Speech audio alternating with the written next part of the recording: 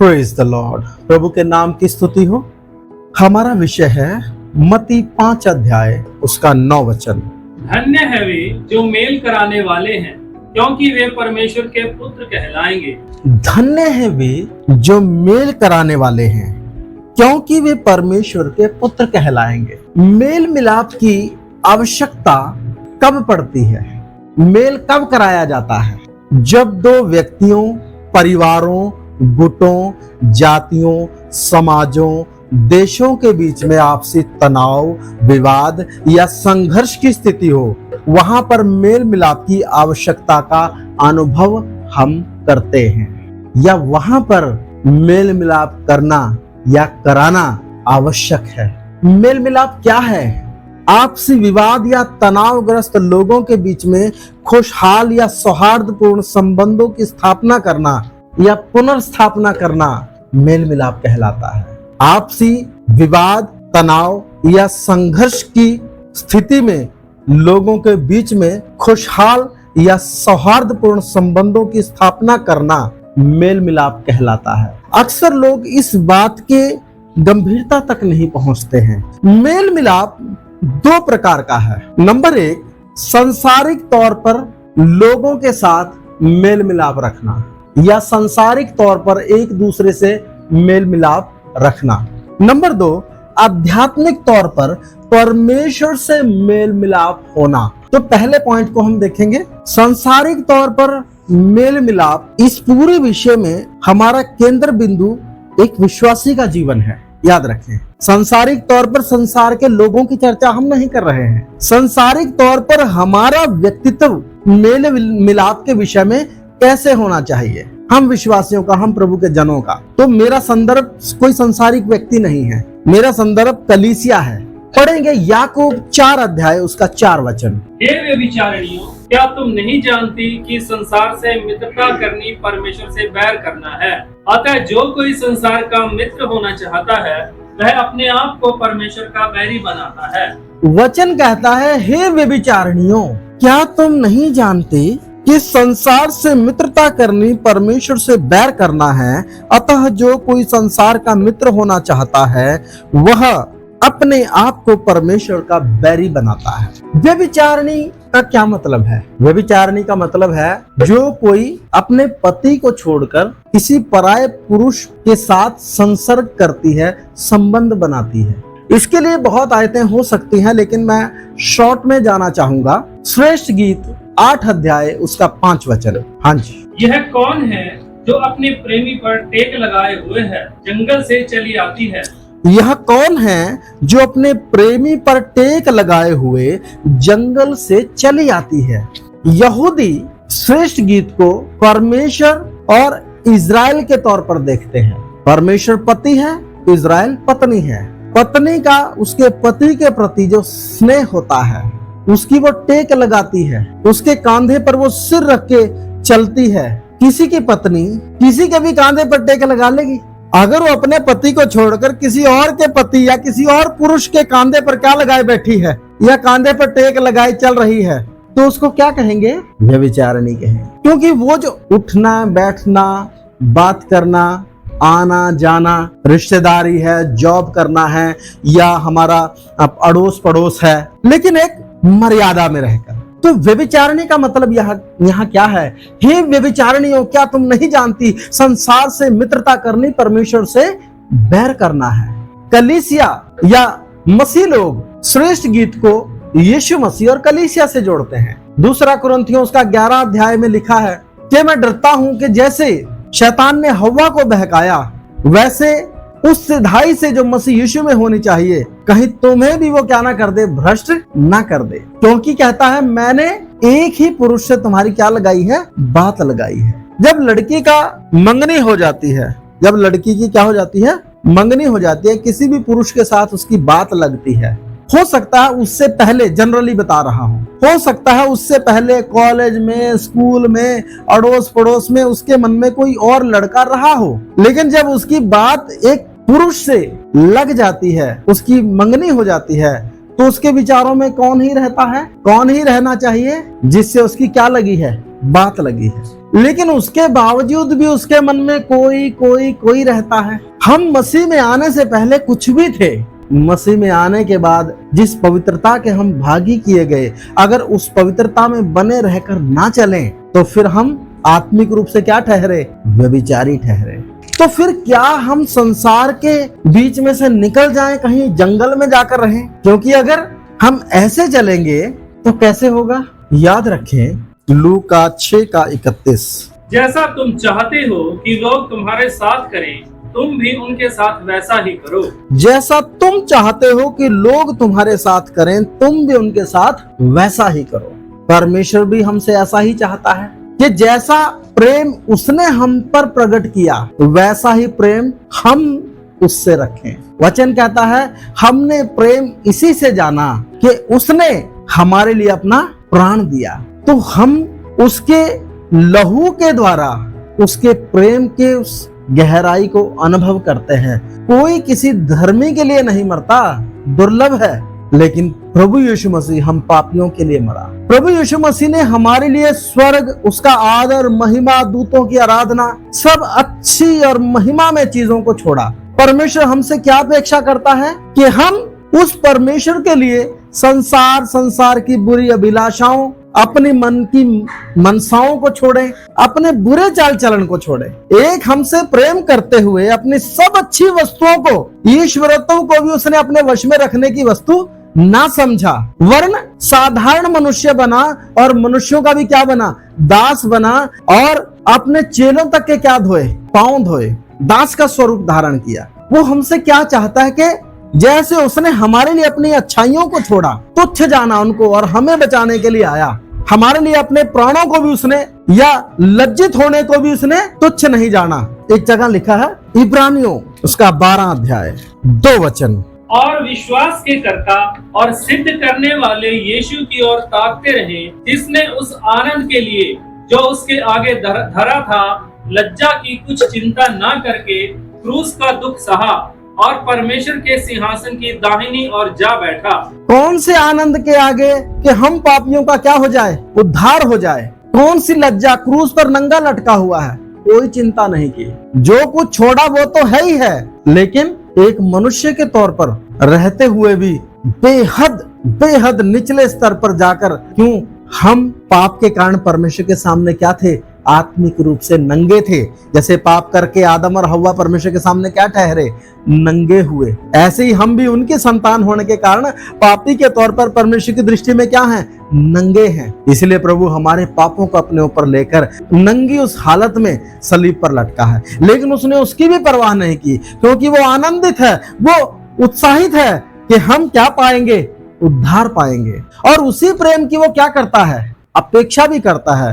क्या हम जब लोगों का आदर करते हैं, सामान्य तौर से बता रहा हूं, जब हम दूसरों का आदर करते हैं तो क्या अपेक्षा नहीं करते? करते हैं कि हमने जब दूसरों के लिए भला किया है तो हम चाहते हैं कि लोग हमारे विषय में भी भला विचार रखें। एक सामान्य सोच बता रहा हूं। तो परमेश्वर हमसे क्या चाहते हैं कि हम अपनी मानवीय जीवन की जो बुराइयां हैं, जिनमें मनुष्य स्वभाव ही से पापी होने के कारण पाप में सुख लेता है, उन पापों को, पाप की उन पुरानी आदतों को, अपनी अभिलाषाओं को, अपनी लालसाओं को क्या कर दें? क्रूस पर चढ़ा दें। अपनी शारीरिकता को क्या कर दें? क्रूस पर चढ़ा दें, और हम उस परमेश्वर से वैसा प्रेम करें जैसा उसने हमसे किया। दूसरा कुरिन्थियों उसका 6 अध्याय 14 से 17 तक। अविश्वासियों के साथ असमान जुए में न जुटो, क्योंकि धार्मिकता और अधर्म का क्या मेलजोल, या ज्योति और अंधकार की क्या संगति, और मसीह का बलियाल के साथ क्या लगाव, या विश्वासी के साथ अविश्वासी का क्या नाता, और मूर्तियों के साथ परमेश्वर के मंदिर का क्या संबंध? क्योंकि हम तो जीवते परमेश्वर के मंदिर हैं, जैसा परमेश्वर ने कहा है, मैं उनमें बसूंगा और उनमें चला फिरा करूंगा, और मैं उनका परमेश्वर हूंगा और वे मेरे लोग होंगे।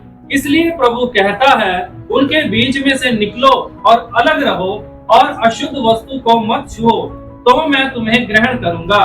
तो परमेश्वर संसार में रहते समय में कलीसिया से अलगदाई के जीवन की डिमांड करता है। अलगदाई के जीवन की क्या करता है? कलीसिया का एक सामान्य सिद्धांत है पवित्रताई, अलगदाई और विश्वास। तो यहाँ पर परमेश्वर हमसे संसार से क्या चाहता है? एक अलगदाई का जीवन। संसार में से निकलकर कहीं नहीं जाना है, लेकिन संसार के लोगों में जो गलत बातें हैं उनमें सहभागी ना होकर उनसे अपने आप को क्या रखना है? अलग रखना है। गलत बात में कहीं सहभागी नहीं होना है, क्योंकि मसीह की दुल्हन किसी और पर टेक नहीं लगाना है। अगर किसी की दुल्हन किसी और पराये पुरुष के कंधे पर टेक लगाए हुए बैठी हो और उसका पति देख ले तो कैसा लगेगा? नहीं, मेरे मन में ऐसा कुछ नहीं है, विश्वास कर लिया जाएगा। तो हम क्या संसार को खुश करें? शादी आ गई, अब रिश्तेदारों में तो सब तरह के लोग हैं, वो क्या डिमांड करेंगे? देखो, अगर आप नहीं डीजे बजाते, हम अपने पैसों से ले आएंगे। तो हम एडजस्ट करते हैं, मेल मिलाप भी तो रखना है। देखो, इनको कहाँ पता वचन के बारे में, ये तो संसार में भी तो रहना है, थोड़ा सा क्या कर लो। और पास्टर भी बस बैठा कोने में अलग से टिक्की चाट खा रहा है, तंबू में क्या खा रहा है? टेंट में। वे करते रहे अपना, प्रार्थना में तो आ रहे ना, चंदा तो दे रहे ना बराबर। पास्टर कोने में बैठा क्या खा रहा है? ये नहीं देख रहा कि उधर क्या हो रहा है। अगर कलीसिया में ऐसे विश्वासी को रखोगे, परमेश्वर की महिमा नहीं रहेगी, परमेश्वर की महिमा नहीं रहेगी। हाँ, एक व्यक्ति ने बपतिस्मा नहीं लिया, कलीसिया में आता है, वो डीजे बजा ले, कोई अलग बात है। अब ये नहीं कि विश्वासी परिवार में एक बपतिस्मा लिया हुआ बच्चा नहीं है तो उसकी शादी में बजवा रहे हैं। बड़े टेक्निकल हैं लोग। देखो, जिसने कहा भी बपतिस्मा लिया, अन्य जाति से कोई आया है, अभी विश्वास में आ रहा है, अभी बपतिस्मा नहीं लिया, वचन कुछ ज्यादा पता नहीं है, वहां जाएंगे हम, वहां सब जाएंगे, चाट टिक्की भी क्या करेंगे? खाएंगे और उसको वहां से निकालेंगे। लेकिन अगर हम में से कोई ऐसा काम करता तो उसको उसके उस डीजे में ही छोड़ के आएंगे, दोबारा वापस नहीं जाएंगे। बात समझ आई? तो अन्य जातियों के साथ उनके कामों में क्या नहीं होना है? सहभागी नहीं होना है, कहीं अपनी सहमति नहीं देनी है। एक अलगदाई का जीवन संसार से प्रभु चाहता है। तो संसार में अब किस तरीके से हमें रहना है? क्योंकि जब आप अलगदाई का जीवन जिएंगे तो संसार हमसे प्रेम रखेगा या बैर रखेगा? अगर हम मसीह हैं लेकिन संसार में घुले मिले हुए हैं तो संसार को कोई ऐतराज नहीं है। लेकिन अगर हम अलगदाई का जीवन जीना चाहते हैं और उस जीवन के लिए निर्णय लेते हैं, तब लोग क्या करते हैं? यूहन्ना रचित सुसमाचार 15 अध्याय 18 और 19। यदि संसार तुमसे बैर रखता है तो तुम जानते हो कि उसने तुमसे पहले मुझसे बैर रखा। यदि तुम संसार के होते तो संसार अपनों से प्रीति रखता, परंतु इस कारण कि तुम संसार के नहीं, पर मैंने तुम्हें संसार में से चुन लिया है, इसलिए संसार तुमसे बैर रखता है। कलीसिया संसार में से चुनी गई है, जब तक उठाई नहीं जाती संसार ही में है। लेकिन जब कलीसिया अलगदाई का जीवन जीती है या कोई व्यक्तिगत विश्वासी या सेवक अलगदाई का जीवन जीता है, तब लोगों को, तब शैतान को समस्या है। और जब समस्या है तो वो क्या करेंगे जी? बैर करेंगे। और जब वो बैर करेंगे तब क्या आप और मैं उसमें खड़े होते हैं? प्रभु के अनुग्रह से हम इन चीजों में चल रहे हैं, लेकिन दूसरों को देखकर कई बार क्या आने लगता है? मन में सवाल आने लगता है। तो जब लोग बैर करते हैं, अलगदाई होगी तब बैर करेंगे। पवित्रताई, अलगदाई, विश्वास का जीवन अगर कलीसिया संसार में जीती है तो लोग बैर करेंगे। नहीं तो वो क्रिसमस में उनको बुला लो और हम जागरण में चले जाएंगे, फिर क्या झगड़ा है? फिलिपियों 2 अध्याय उसका 14 और 15। सब काम बिना कुड़कुड़ाए और बिना विवाद के किया करो, ताकि तुम निर्दोष और भोले होकर टेढ़े और हठीले लोगों के बीच परमेश्वर के निष्कलंक संतान बने रहो, जिनके बीच में तुम जीवन का वचन लिए हुए जगत में जलते हुए दीपकों के समान दिखाई दे। जब अलगदाई का जीवन जिएंगे तो लोग बैर करेंगे, और बैर करेंगे तो हमने आगे से क्या प्रकट करना है? बिना कुड़कुड़ाए, निर्विवाद, टेढ़े और हठीले लोगों के बीच में परमेश्वर की संतान की नाई, जलते हुए दीपकों की नाई क्या होना है? जलते हुए दीपक का मतलब हमारे जीवन, हमारे चाल चलन के द्वारा जैसे अंधेरे में दीपक दिखाई देता है, वैसे एक गवाही लोगों के जीवन में हो। वो हो सकता है विरोध कर रहे होंगे, लेकिन परमेश्वर उनके विवेक में बात कर रहा होगा। लोगों के विरोध के समय में हमारा एक प्रेम पूर्ण व्यवहार। लेकिन वो प्रेम का मतलब क्या है? वो प्रेम ऐसा मेल मिलाप नहीं है कि उनको चलो अन्य जाति है, रिश्तेदार आ गया, ये चीज जो आज इतनी सी है ना, कल को ये बढ़ेगी, कल को ये क्या होगी? बढ़ेगी। ये यहाँ रुकेगी नहीं, 2, 4, 10 साल के बाद ये कुछ और ढील देगा। रिश्तेदार को अगर शराब से ही प्यार है तो अपनी शराब के साथ अपने घर में रहे, जरूरत नहीं है। अगर हमसे प्यार है तो आइए, मोस्ट वेलकम। तो अब क्या किया जाए? रोमियो उसका 12 अध्याय 14 से 18। अपने सताने वालों को आशीष दो, श्राप ना दो।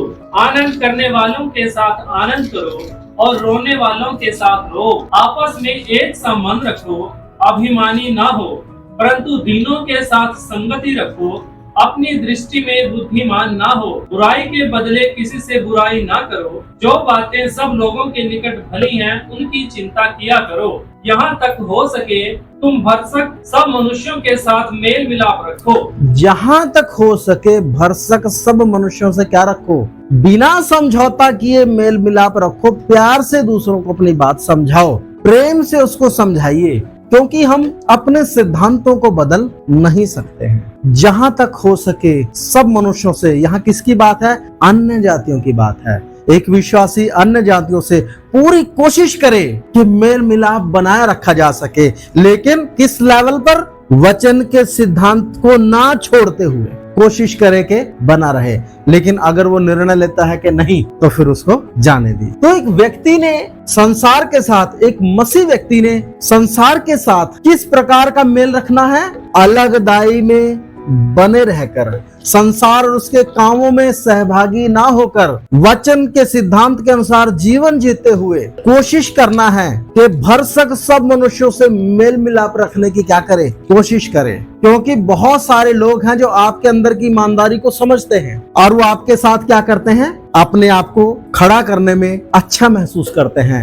लेकिन बहुत लोग हैं जो इस चीज को बिल्कुल भी वैल्यू नहीं देते, जो परमेश्वर को हमारे जीवन में नहीं चाहते और हम उनको अपने जीवन में चाहना चाहते हैं, उनको अपने जीवन में चाहते हैं। तो फिर हमारे पास भी एक चॉइस है कि हम क्या चाहते हैं, क्योंकि परमेश्वर हमारे निर्णय के अनुसार ही अपने व्यवहार को हमारे साथ बनाए रखता है। तो इसलिए बिना कुड़कुड़ाए वचन के सिद्धांत में बने रहें, किसी अशुद्ध वस्तु को ना छुएं।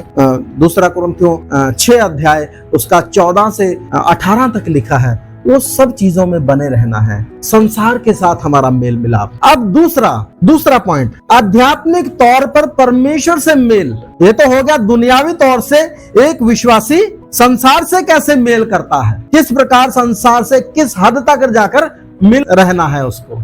दूसरा है आध्यात्मिक तौर से परमेश्वर से मेल। जो हमारा वचन है वो क्या है? धन्य है वे जो मेल कराने वाले हैं, क्योंकि वे परमेश्वर के पुत्र कहलाएंगे। अब आता है असली पॉइंट, रोमियो उसका 5 अध्याय 10 और 11। क्योंकि बैरी होने की दशा में उसके पुत्र की मृत्यु के द्वारा हमारा मेल परमेश्वर के साथ हुआ, तो फिर मेल हो जाने पर उसके जीवन के कारण हम उद्धार क्यों न पाएंगे? केवल यही नहीं, परंतु हम अपने प्रभु यीशु मसीह के द्वारा, जिसके द्वारा हमारा मेल हुआ है, परमेश्वर में आनंदित होते हैं।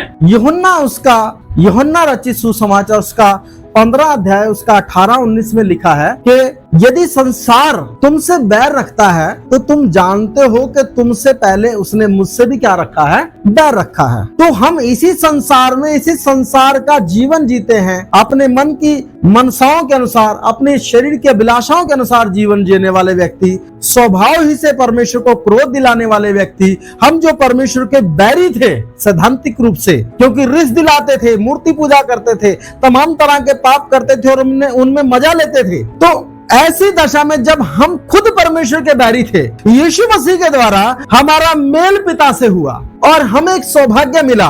2 कुरिन्थियों 5 अध्याय उसका 18 वचन। ये सब बातें परमेश्वर की ओर से हैं, जिसने मसीह के द्वारा अपने साथ हमारा मेल मिलाप कर लिया और मेल मिलाप की सेवा हमें सौंप दी है। अब हमारा यीशु मसीह के द्वारा पिता से मेल मिलाप हुआ और हमें मेल मिलाप की क्या भी सौंप दी गई? सेवा भी सौंप दी गई। हम सबको, हर विश्वासी को, हर सेवक को। कोई अगर विश्वासी ये सोचता है कि आत्माएं बचाना तो किसका काम है? पास्टर का काम है, तो वो बहुत बुरी या बहुत बड़ी गलती में पड़ा है। हर एक व्यक्ति, लिखा है, जब तक स्वर्ग से सामर्थ ना पाओ इसी नगर में ठहरे रहो। जब तुम सामर्थ पाओगे तो यरूशलेम, यहूदिया, सामरिया और पृथ्वी की छोर तक मेरे क्या ठहरोगे? गवाह ठहरोगे। हम में से हर एक व्यक्ति इस बात के लिए खुश है कि प्रभु ने मुझे अपना आत्मा दिया है, लेकिन उस आत्मा को किस लिए दिया है? उस काम को करने के लिए वो प्रभावशाली तरीके से काम नहीं करता है। तो इफिसियों 2 अध्याय उसका 14 वचन भी पढ़ें। क्योंकि वही हमारा मेल है, जिसने दोनों को एक कर लिया और अलग करने वाली दीवार को जो बीच में थी ढा दिया। वही हमारा क्या है? मेल है। तो यीशु मसीह के द्वारा हमारा मेल पिता से हुआ है। बैरी होने की दशा में हमें बुलाया गया और यीशु मसीह के द्वारा हमारा मेल पिता से होने के बाद मेल मिलाप की सेवा हमें सौंप दी गई। एक और आयत पढ़ेंगे, 2 कुरिन्थियों। हम विनती करते हैं कि परमेश्वर से मेल मिलाप कर लो। 2 कुरिन्थियों 5 का 19-20 है, 19 भी पढ़ना है। अर्थात परमेश्वर ने मसीह में होकर अपने साथ संसार का मेल मिलाप कर लिया और उनके अपराधों का दोष उन पर नहीं लगाया और उससे मेल मिलाप का वचन हमें सौंप दिया। इसलिए हम मसीह के राजदूत हैं। मानो परमेश्वर हमारे द्वारा विनती कर रहा है। हम मसीह की ओर से निवेदन करते हैं कि परमेश्वर के साथ मेल मिलाप कर लो। यहाँ क्या लिखा है कि हमें क्या सौंप दिया है?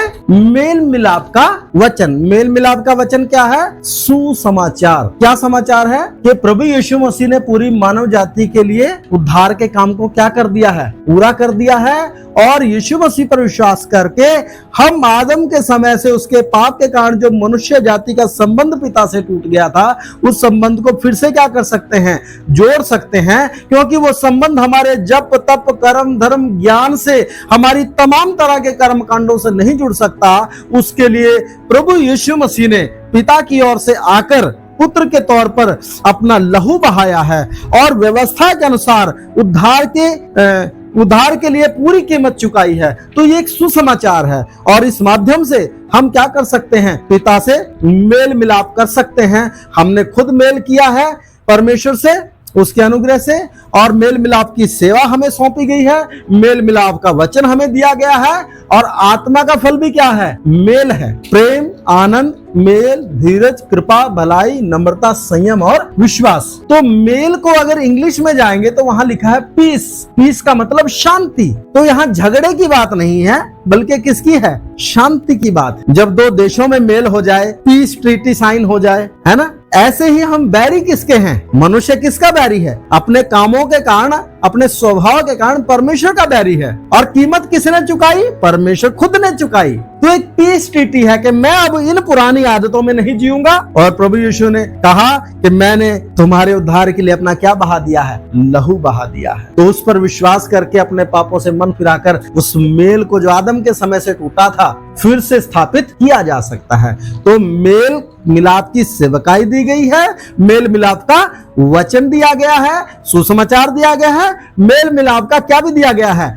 आत्मा भी दिया गया है, क्योंकि उस आत्मा का फल क्या है? मेल है। तो उसके साथ इफिसियों 2 अध्याय उसका 17 वचन, उसने आकर तुम्हें जो दूर थे और उन्हें जो निकट थे दोनों को मेल मिलाप का सुसमाचार सुनाया। मेल मिलाप का क्या सुनाया? सुसमाचार सुनाया। क्योंकि बिना सुसमाचार के वचन कहता है जब तक प्रचार न किया जाए कैसे कोई जाने, और जब तक जानेगा नहीं कोई क्यों कर क्या करेगा? विश्वास करेगा। इसलिए वचन बताना बहुत जरूरी है। निरा प्रार्थना करना, आंसू बहाना नहीं, समय असमय क्या भी बताना है, वचन बताना है। अगर आत्माओं को प्रभु के पास लाना है, अगर फिर से उस टूटे संबंध को जोड़ना है। इसलिए खाली प्रार्थना और उपवास से काम, मल्लयुद्ध से काम चलता नहीं है। क्योंकि सुसमाचार के बगैर लोगों को पता कैसे चलेगा? जब उनको कुछ पता ही नहीं होगा तो वो संबंध कैसे दोबारा स्थापित कर पाएंगे? कैसे वो मन फिराएंगे? तो इसलिए कोई काम करने से पहले उसकी क्या चाहिए? जानकारी होनी चाहिए। तो जानकारी हमें लोगों तक पहुंचानी है।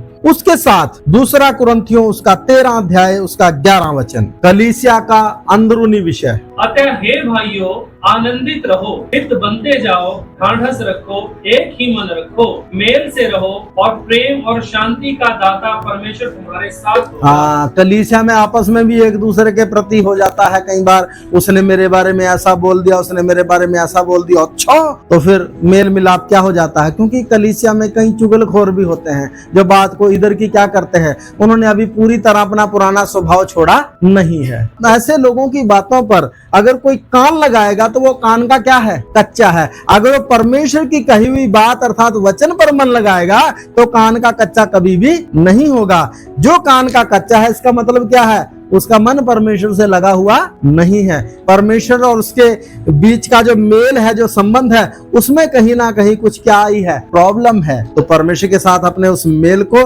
बढ़ाते जाए। उसके क्या प्रोसेस है, संगति, प्रार्थना, है ना, वचन सीखना, रोटी तोड़ना, उसमें लगातार क्या रहें, लौलीन रहें और आत्मिक बातों की धुन में रहें, वरदानों की धुन में रहें, पृथ्वी पर की नहीं परंतु स्वर्गीय वस्तुओं की खोज में रहें। तो फिर किसी की चुगली इधर उधर की बात सुनने का क्या नहीं करेगा, मन नहीं करेगा। अगर कोई बोलता भी आ तो उसको बोलो भाई जिसको जो करना है करे, प्रभु का धन्यवाद। फिर आपस में फूट पड़ेगी, नहीं पड़ेगी। इफिसियों 4:3 और मेल के बंधन में आत्मा की एकता रखने का यत्न करो। और मेल के बंधन में आत्मा की एकता रखने का क्या करो, यत्न करो। अगर यत्न नहीं करेंगे तो शैतान कामयाब होगा, आपस में फूट पड़ेगी, आपस में गुटबाजी हो जाएगी कलीसिया में। एक और आयत पढ़ेंगे और खत्म करेंगे, विषय को आज समाप्त करेंगे। रोमियो उसका 14 अध्याय उसका 19 वचन। इसलिए हम उन बातों में लगे रहें जिनसे मेल मिलाप और एक दूसरे का सुधार हो। जिनसे मेल मिलाप और एक दूसरे का सुधार हो,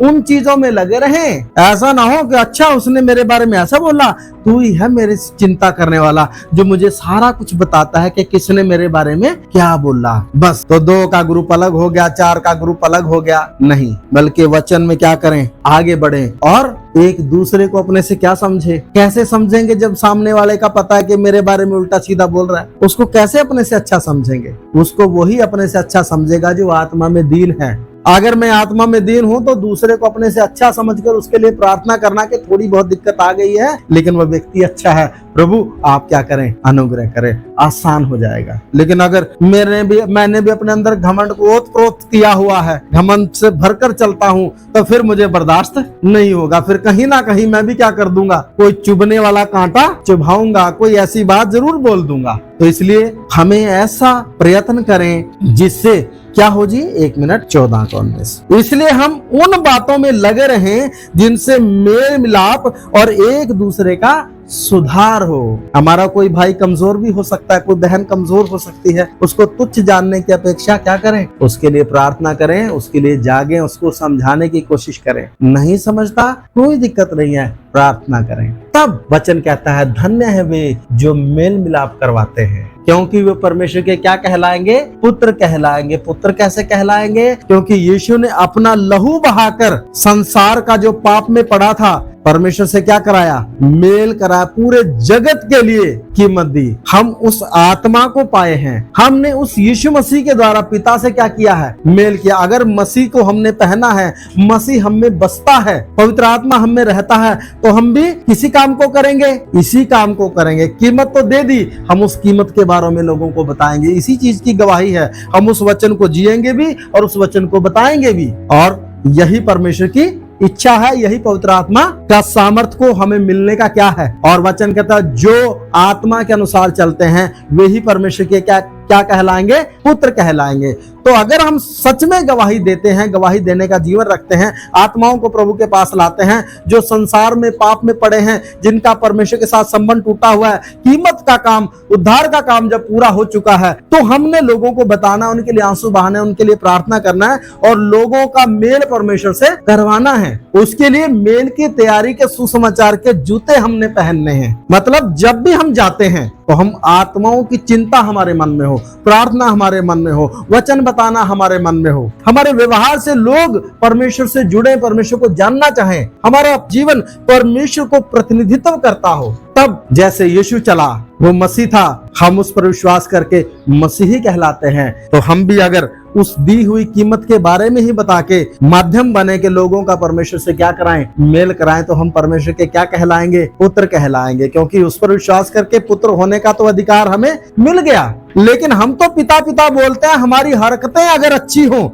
हमारा व्यवहार, हमारी जीवन शैली अगर अच्छी हो, परमेश्वर को भाए, तो परमेश्वर भी हमें क्या कहे, पुत्र कहे। जैसे आकाशवाणी हुई थी यीशु मसीह के लिए, ये मेरा प्रिय पुत्र है। हम तो दिन रात बोलते हैं हे पिता, हे प्रभु, हे पिता। पिता ने भी कहीं बोला, कभी स्वप्न में, कभी दर्शन में, पिता ने भी बोला तू मेरा प्रिय पुत्र है। अय्यूब के लिए बोला ये मेरा दास है, व्यवस्था के अनुसार सीधा खरा मेरा क्या मानने वाला, भय मानने वाला। हमें भी ऐसी बात आत्मा में ही अनुभव करें। तो मेरे प्रियो, एक दूसरे के सुधार के लिए, एक दूसरे की आत्मिक उन्नति के लिए, एक दूसरे का परमेश्वर के साथ उस संबंध को और अन्य जातियों का परमेश्वर के साथ उस संबंध को, उस मेल को बढ़ने के लिए हम काम करें, ना कि घृणा और द्वेष या गुटबाजी में हमारा मन लगाएं। प्रार्थना करें कि प्रभु मेरा प्रयास आत्माओं को प्रभु के पास लाने का होगा। अब तक मैं जितना कर पाया उससे आगे मुझे बढ़ना है, और ज्यादा कोशिश करनी है, और प्रार्थनाएं करनी है, और अच्छी गवाही देनी है, और सुसमाचार प्रचार करना है, और अपनी बुलाहट में, जिस बुलाहट से हमें बुलाया गया, मेल मिलाप की बुलाहट। हालेलुया। संसार से मेल मिलाप नहीं करना है। संसार से जब मेल मिलाप करना है तो अलगदाई में रहते हुए करना है, लेकिन प्रभु से जो मेल हुआ है उसमें आगे बढ़ना है। हे पिता, जैसा तू मुझ में मैं तुझ में, ये भी हम में एक हो जाएं। हमारा प्रयास भी आत्मा की अगुवाई में वही होना है। औरों को उत्साहित करना है, सुधार लेकर आना है अपने जीवन में, दूसरों के जीवन में। निश्चय होता है जब हम सच्चे मन और सच्चे बोझ के साथ कोई काम करते हैं, निश्चय पवित्र आत्मा मार्ग प्रशस्त करता है, आंसुओं के साथ प्रार्थना करने का सौभाग्य देता है। आइए प्रार्थना करें। प्यारे खुदावंद, इन वचनों के लिए धन्यवाद। होने दे प्रभु, जब मेल मिलाप की सेवकाई हमें दी गई है और यीशु मसीह के द्वारा पिता से मेल होने का सौभाग्य हमें मिला, औरों को भी हम उस अनुग्रह के सिंहासन के पास लेकर आए, ताकि वो भी आदम के समय से टूटे हुए संबंध से अलग होकर पिता के साथ मेल कर पाए। मेल मिलाप की सेवकाई करने के लिए प्रभु जी हमारी सहायता कर, पवित्र आत्मा गवाही कर, मार्ग को प्रशस्त करें, आंसू बहाने के लिए, रोने के लिए, वचन प्रचार करने के लिए, उपवास रखने के लिए, ताकि कितने लोग जो भटके हुए हैं उनका मेल पिता से हो सके। कीमत तो दिया जा चुका है, बस उस कीमत के बारे में बताना हमारी सेवकाई, आंसू बहाना हमारी सेवकाई। धन्यवाद पिता, यीशु मसीह के नाम में। प्रभु आप सबों को आशीष दें। जय मसीह की।